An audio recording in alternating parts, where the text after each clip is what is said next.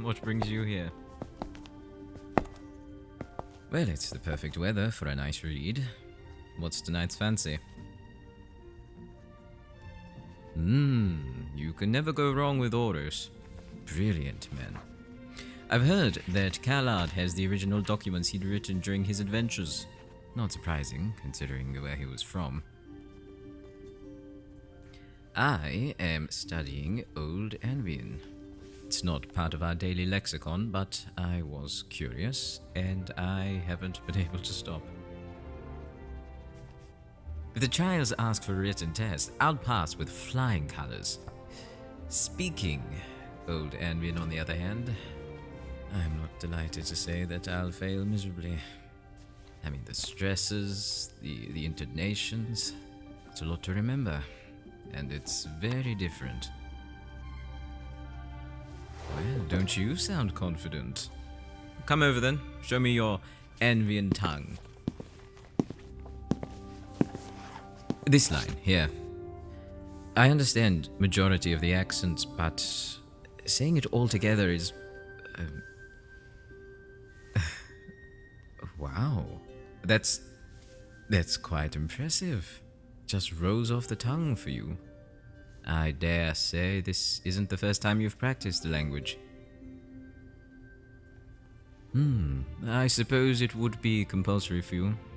Your ancestors spoke it, and I'd assume the Queen doesn't want to reduce it to words on parchment. It already seems ancient in our time. And earlier today, I was reading about the very first eminence, King Dinas. He believed everyone should use the language because of its erasure in his hometown, even though he wasn't the only founding family, and the others had their own traditions. He wasn't even appointed as ruler, he simply became one by giving orders, and everyone else followed. Well, I suppose it could have been because of his knowledge on infrastructure and building a society. But there was no battle, no annoyance. It's quite strange, actually. Yes, no trial either. I can't believe it's in a week. I'm glad they managed to come to a consensus. It took longer than I thought, but that means they had several discussions and disagreements. I would be more concerned if they concluded quicker.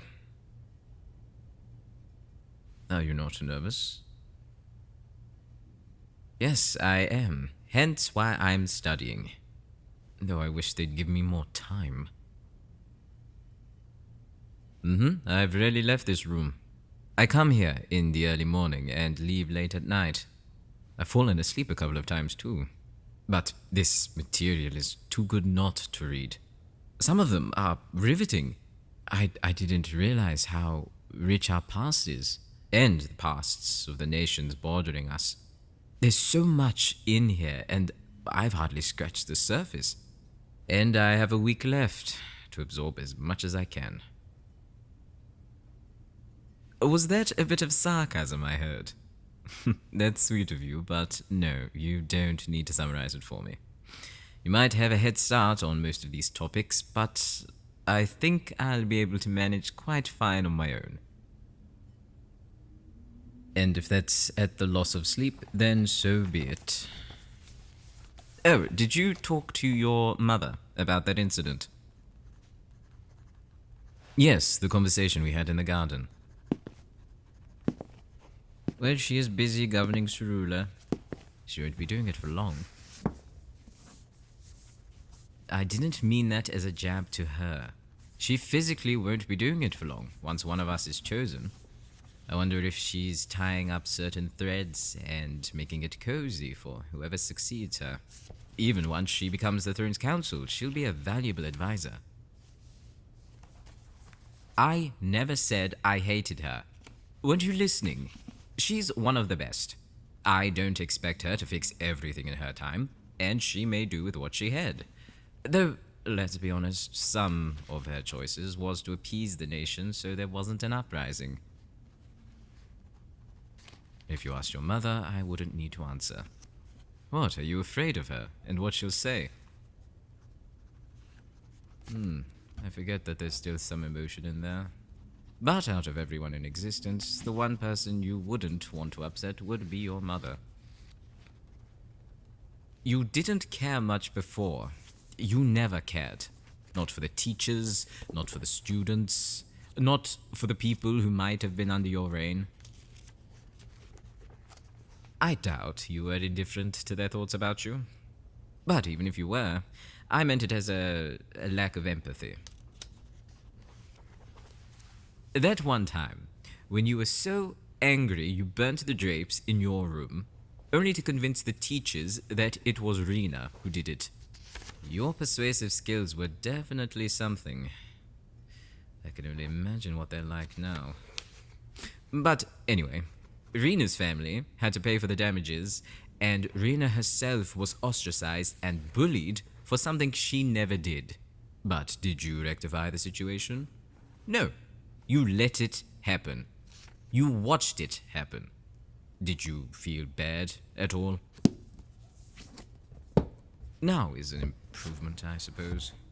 It's probably better late than never.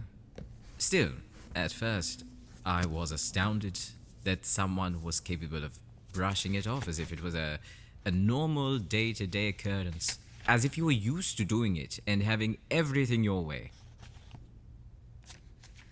Oh? And what have you done recently that wasn't in your best interest? You actually talked to the gardener. Wow. He must have been surprised to hear what you had to say about his work. How did he respond? Yes, I bet he was shocked to hear the eerie speaking his language of trees and shrubs and flowers. What did you talk about? Ah, so you took it upon yourself to do some reading. Volume 2 of Seden's Draft is one of my favorites. If my mother questions you again, you're well equipped for the basics now. And if it comes up in the trial, you might stand a chance against me, though it's doubtful. Learning herbology. It was drilled into me for as long as I can remember.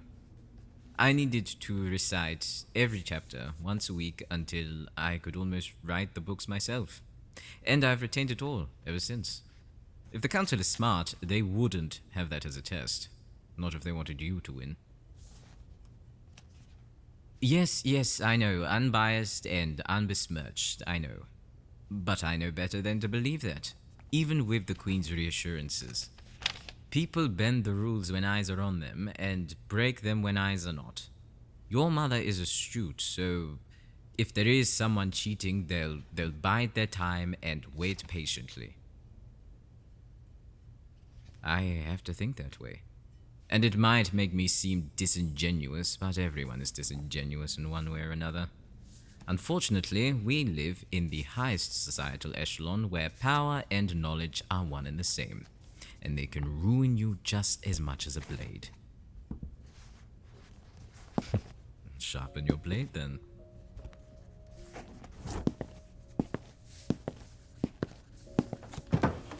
What's your weapon of choice?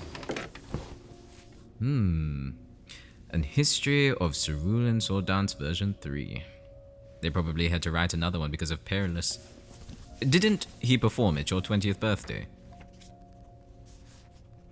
I heard about it. How he was spinning and flipping around the ballroom like a cat. Shame I wasn't invited. I had more important matters to deal with anyway. Like trimming my nails. The sword dance was your choice at school, wasn't it? The one time you were actually graceful. I never said anything about me. I know I was terrible at it. Especially the Kalari grips. I could never position my hands or my legs correctly. I think they'll definitely add a trial of combat. Not only will you win, but it also somewhat honors the initial traditions, physical strength. We haven't had a proper fight in a while, have we? Are you rusty? Do you still fling people on the ground? I'm pretty sure I still have the scars from our duels. You did not make it easy for me. I bet you loved it, tossing me around like a rag doll. Your lessons will actually account for something now. Unless I somehow managed to beat you. I can already imagine the look on the judges' faces when you eat the floor. Ha! True. A leech can't steal strength and dexterity. Is that your nickname for me now, by the way? Oh, it's not that I don't like it. Sounds like a nickname of adoration, almost. Whatever you say. It's not like you adored me before. That would be unheard of. And there you go, lying again. As if we weren't inseparable. But I suppose a leech like me had to cling to you to suck out all that knowledge and whatever else I was accused of doing. When I was pulled out of Astron, I continued learning. It's the best school in Cerula, without a doubt, but I was taught some hard truths and valuable lessons. No, it isn't enough. I can never stop learning. When you do, you admit to yourself that you have no interest in the world anymore. You can always learn something. Well, I study so much because I have the ability to. I was born into a life that my mother and my uncle, Dariel, desperately fought for. Though I didn't grow in the slums like they did, and their family before them, she told me the stories. Little food, needing to steal to survive. I was even told that in the worst months, if someone contracted a disease or couldn't heal from a wound that would inevitably lead to death, they would go to the graveyard with the weapon and, in easy terms, leave the world, knowing it would be one less mouth for their family to feed. Yes, it's hard to imagine. And I could see the truth in her eyes as she relived it. She reminded me of how different my life was to hers, and that I should grab every opportunity by the reins and control it. If everything is an opportunity, then there are no successes or failures, just growth, because things will always need improving. So, that's what I do. Well, I know that reform is important to my mother, so it's important to me. The difference between her and I is that she's lived through some horrific things, but she wasn't brought up in nobility. The Athalan family were given the title when she was 11, and they had to build respect from the ground up. So I have that view, but I also have the view of the highest class. Each side has me jaded for a variety of reasons, but I have an obligation to side with my mother and my family. And that means learning all that I can and proving the Athalan family deserves being part of nobility. Well, the throne is an added bonus, to be honest. Think about it. A family once from the slums has unseated the old and respected Ilves power. The heralds will be harking of Cerula's doom, and that the nation will become destitute like the slums they came from. You know they'd spin something like that. Have the whole nation against the decision if I was selected. I still can't believe we're opponents. I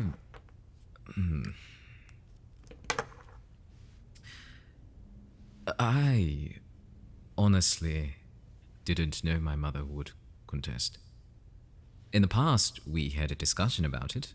She asked me many questions, and we started a debate, which lasted almost a whole night. You know, what I'd do in certain situations, how I'd change certain laws, how I'd strengthen Cerula as a nation, and bring more lands into the fold. It wasn't the first time she questioned me about politics. It's a regular occurrence for us to be informed of the positions nobles take, what other nations around us are doing, the measures put in place, all that. She makes sure that I'm aware of it, and it keeps me sharp and able to ask the right questions to the right people. No, I thought the whole idea of ruling was theoretical, a way for her to understand what my priorities were, where I stood with certain topics. It was another day of theory in our house, but I never thought she would actually put my name forward for the contention. Of course I had to agree. If I didn't, I would put the whole family to shame, and my mother would have been the entertainment for the next however many months, or years, if someone decided to write a chapter about failed contentions. She strongly and bravely challenged the seat after all other nobles favored your line, and I stand with her. I don't think I was put on the spot. We'd talked about it earlier, and it was an opportunity that I decided to grab. Well, she might have been testing me, for all I know. None would be able to contest afterwards, and the window would be shut until the next ascension. Out of everyone in that room, I knew myself the best, and I knew that if I said yes, we would be one step closer to actually achieving change. But the nobles are scared of it. You're scared of it. You were scared of me to begin with. I can't remember exactly what you said, but you accused me of, something like bathing in mud? She was so unhinged, and you said it with such truth, as if you had actually seen me do it.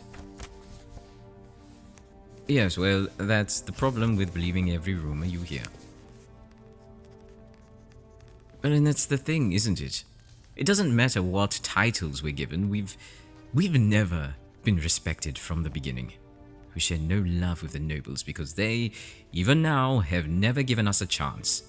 They hold on to those rumors, and when they're proven wrong, do you think they care? Do you think they'll switch sides when their whole existence rides on conformity? No, because siding with us puts them in the line of fire, and they would rather hang on to what they have than lose their reputations. It's just how it is. No, we've done well without it for this long. A little longer isn't going to hurt.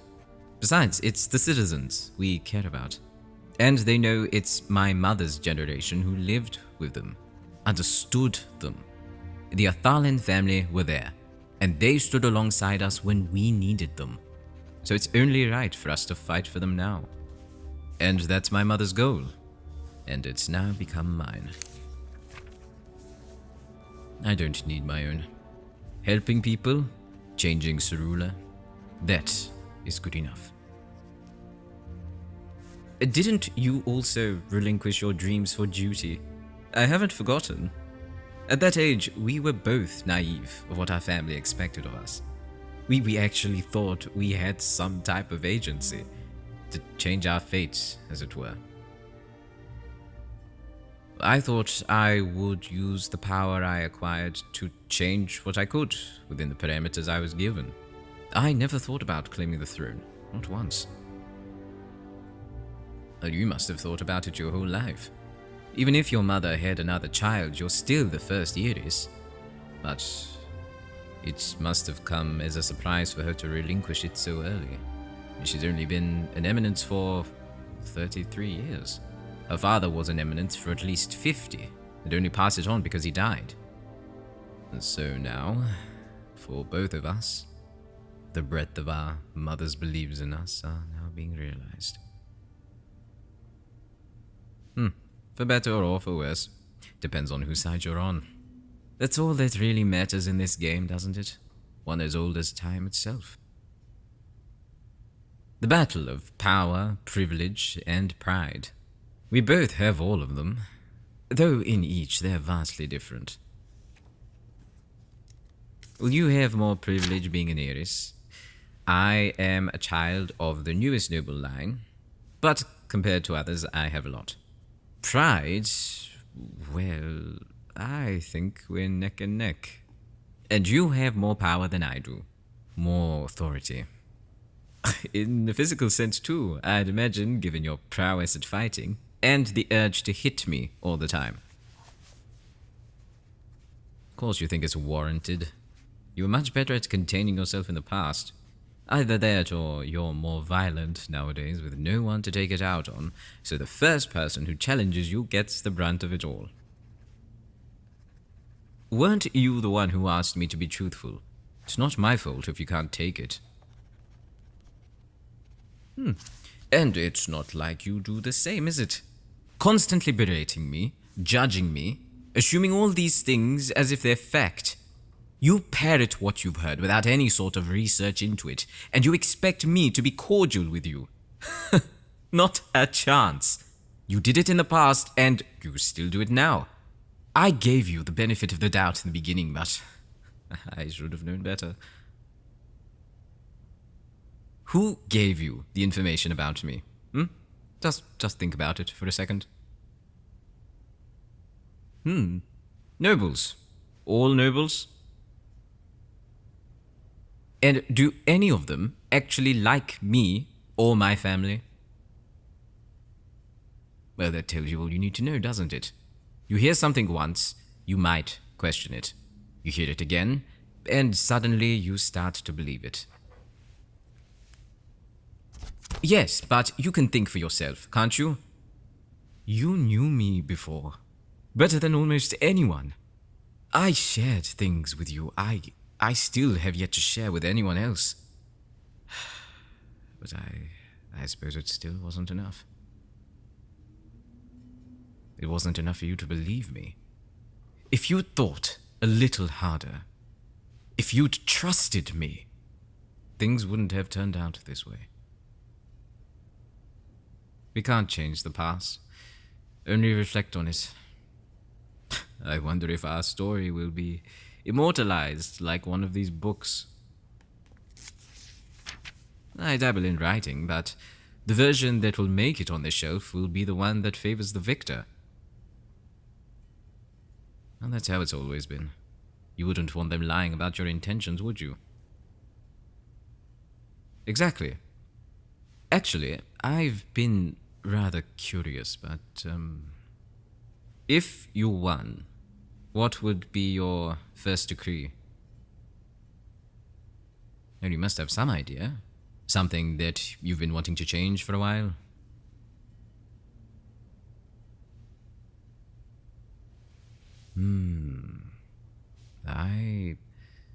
I agree with you.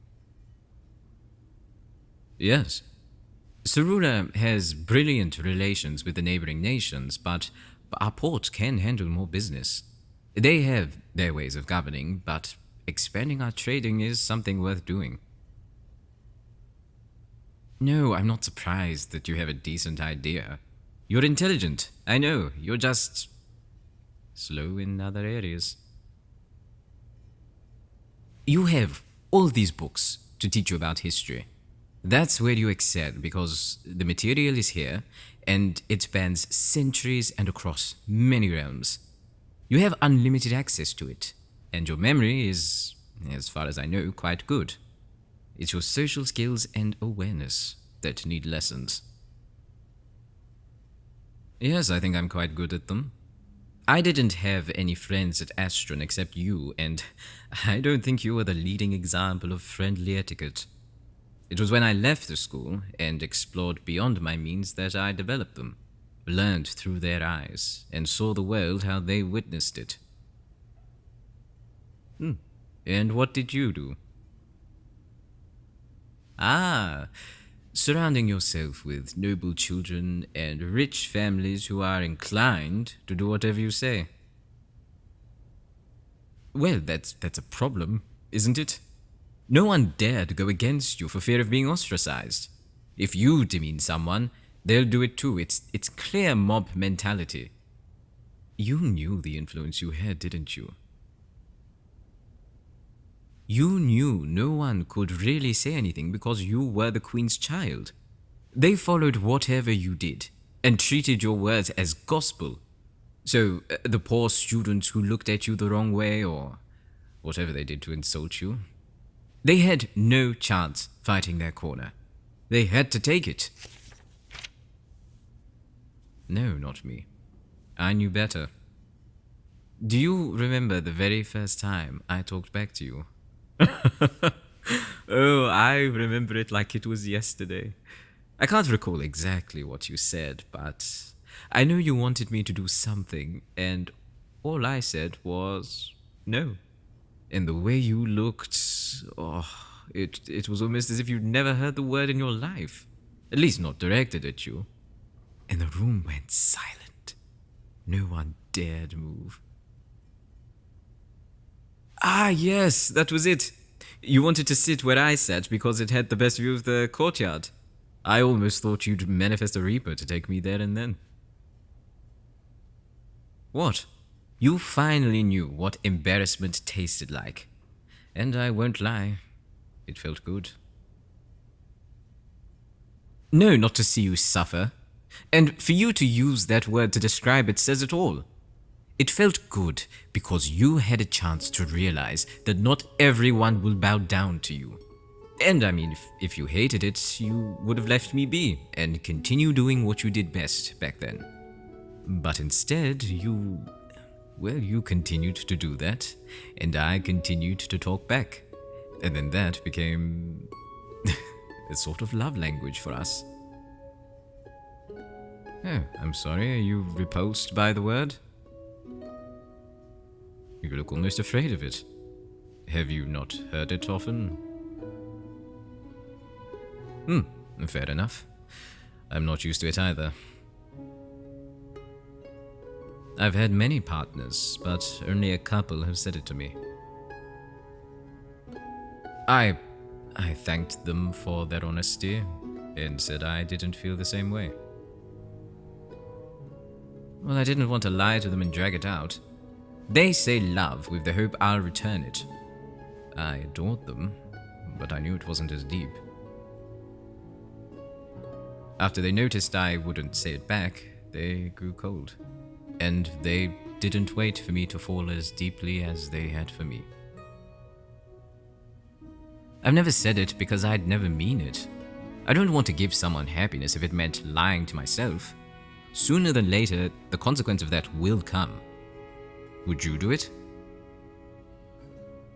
If someone said they loved you, and they wanted to hear you say it, even if you didn't, would you give them what they want? At least you're not that heartless. That would be annoying, wouldn't it? Having everyone bound to your hip in search of your favor must be tiring. But if they're pining for your heart, it must be even more insufferable. I pity the person who falls in love with you. I guess we'll both be pitied by the other then. A pair of loveless fools, You know what'll come next, don't you? They're probably already looking for suitable consorts. I wouldn't be surprised if the Queen had a list of all the potential candidates, all vetted and approved for you to choose who will govern beside you. I doubt they would for me, and my mother would want a say in it. She would cause havoc if they chose without her permission. Besides, the choice only takes meaning depending on who wins. Let me have a few guesses. For you, I think, at least in the top 10, it'll be Amrin Gaikas, because of his family's recent contribution to the army. Jandar Cyrillis, obviously, their family's heading the new builds in Norwood. And Malira Kelstein. Not only is her voice unlike any other, but her father has a monopoly on the export of cerulean silk. I don't like any of them either. Well, Malira's tolerable. We met a few years ago. My mother wanted to get my father a present for when he returned from his sailing, and his wardrobe is quite frankly disastrous, so Silk was what she chose. Her and Malira's father got talking, leaving the children on the sidelines. Well, she's nice. She loves the sound of her own voice, as does everyone else, but she's nice. She has dreams of becoming the next greatest singer, and I think she has potential. My eyes and ears know when they see and hear beauty. I don't need to understand music to know that she's good. And it helps that she's very attractive. What can I say?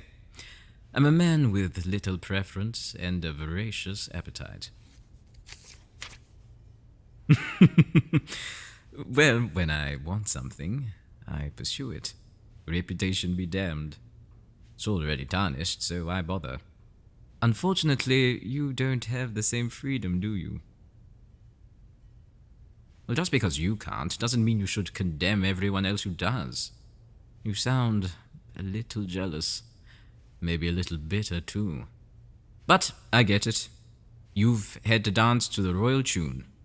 I danced to a different one, but your chains are tighter than mine. Cerula looks to you to be upstanding and an example to all others.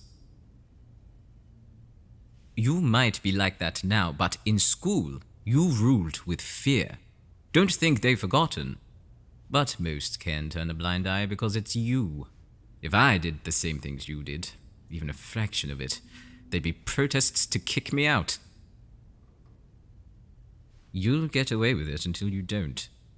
People will remember. You think everyone who watches you are doing it because they admire you or they find you fascinating. They are waiting for you to trip so they can tell others you fell, or that I pushed you, depending on where their loyalties lie. The nobles especially are in that spotlight, but you and I most of all. While out in public, they've been there. While we explore the castle, they've been there. And during the trials, they're going to be there. I don't care about it per se, I simply have to be aware of it. Manipulate it, if I can. They're waiting to report something, so better to give them what I want to give them, what they expect, because then I'll know what's coming. Yes, you've needed to maintain the purity that is the royal family. No rule breaking, appearing earnest, all those things. They look for it. They look for those characteristics and spread it around to emphasize that you're still the kind family the realm sees you to be. But for us, the Ithalian family, they look for the worst and take one thread and tie it to different ones to weave a pattern that reflects their distaste for us.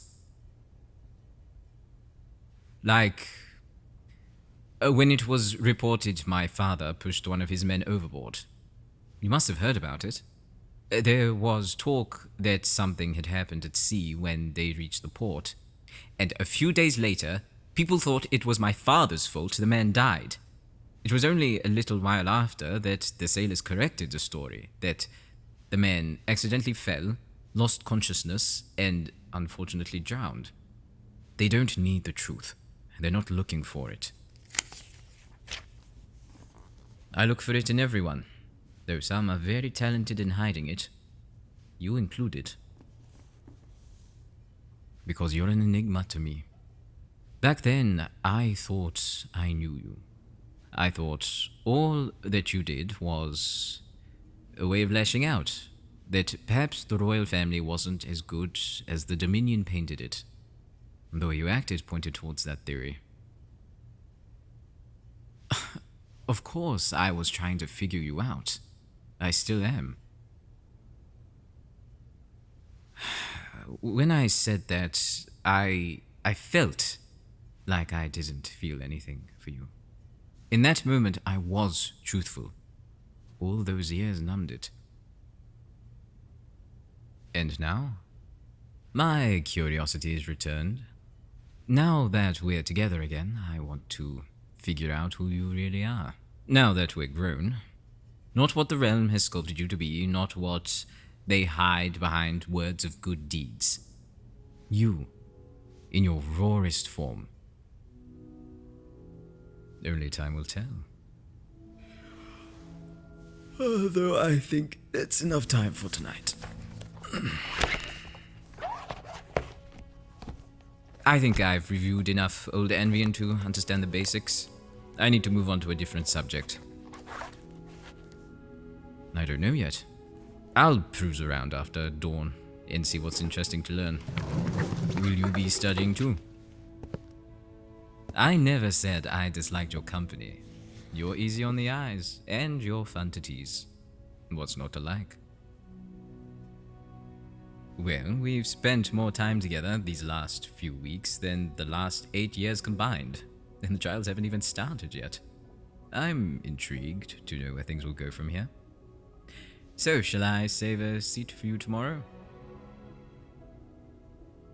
I don't know. If anyone else comes in here and sees us being civil, it'll help both our reputations. Sarura will see we're putting the past behind us to focus on the throne, which puts us in a forgiving light. I don't care about my reputation, but because it reflects more than just me now, I need to change some tactics for the sake of my line. It's not only the common folk who need to believe I can forgive. Because if I do win, the houses that have slighted me won't be as fearful to apologize and make peace. I have forgiveness in me, but it must be earned. Especially after... It doesn't matter. The people who should be asking won't, so there's no point lingering on a fool's dream. If you understood it, you wouldn't have to ask who they are. Anyway, I'll leave you be. Enjoy your adventures with Oros or your Cerulean sword dance. I'll see you tomorrow. Mike.